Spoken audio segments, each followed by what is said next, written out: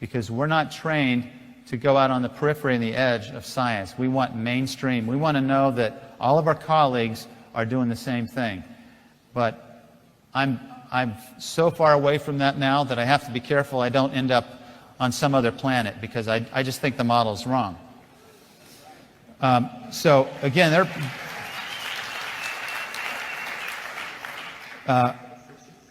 they're in this disease management mode.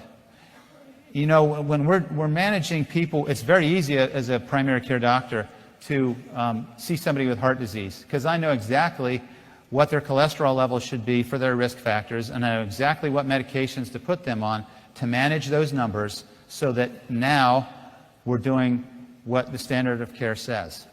But the evidence to me is not convincing that by managing people with those levels that I'm going to prevent them from having a heart attack or a stroke.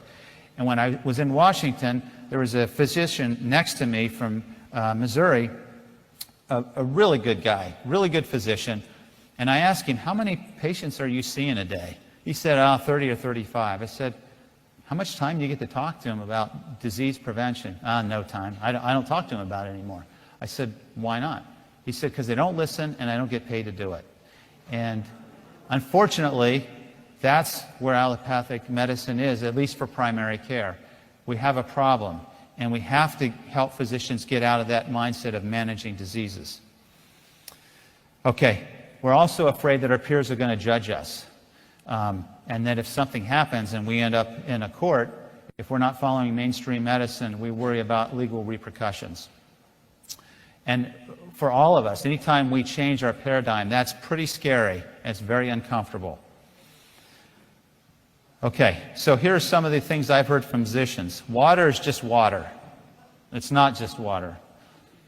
The Nobel Prize 2003. They said that the body has 3 buffering systems. You don't need to use an alkaline water to buffer when you already have 3 buffering systems. Yes, you do. Because even though we're all alkaline, your blood is slightly on the alkaline side. If you're not eating a healthy diet and leading a healthy lifestyle, you're going to be on the acidic side of that alkaline range, not on the alkaline healthy side of that narrow range. I've heard one physician say, why don't you just take baking soda? Well, I don't know what baking soda is going to do. It's certainly not going to penetrate cells like the alkaline water will, and it's not going to provide you any antioxidant protection. Some say, well, you drink that alkaline water, it's just going to be neutralized by the stomach acid, and that's not true, because stomach acid is not secreted until you stretch it with food or you put protein in the stomach, and that's the way it's intended to operate. So if you want to get the benefits of alkaline water, drink it in between meals. I don't even think there's harm in drinking alkaline water at a meal, but I would prefer that we all try to drink it in between meals when our stomach is empty, because it's quickly absorbed, just like alcohol is absorbed directly from the stomach. Is this the next wellness or hoax, wellness fad or hoax? It's not. There's research and there's plenty of support to show that this is going to impact healthcare in a major way for those physicians and healthcare providers who have an open mind. And then finally, they want to see data. Well, I've provided 28 abstracts. I don't know how much more data you need. Some people need more than that, but I certainly don't need more than that. Now, if you're still going to say water is just water, or your prospects or your skeptics are going to say that, then what I would say is read this book, Cells, Gels, and the Engines of Life by Gerald Pollack. He's a chemist at the University of Washington. He spent his entire career studying water. Now, we all know that water can exist as a liquid, as a gas, and as a solid. He has very compelling evidence that water also exists as a gel. He calls it a liquid crystal. And the evidence, and if you watch his presentation at the University of Washington on YouTube, you'll be amazed at what water is and how complex it is and how we're just scratching the surface. These gel interfaces occur at the interface of structures. Have you ever wondered why there's a meniscus of water in a glass? Have you ever wondered why you can, in the right size glass, you can put a dime on top of that water and it doesn't sink? His research is the research that explains it.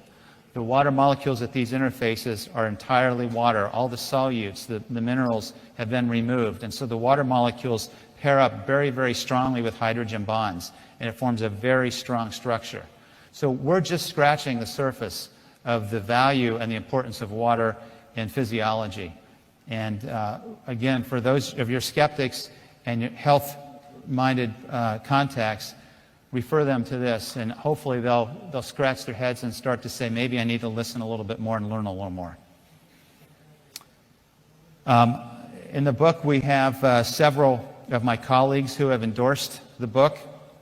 And one in particular, Dr. Nye, is, at least locally, is probably the physician I respect more than any other.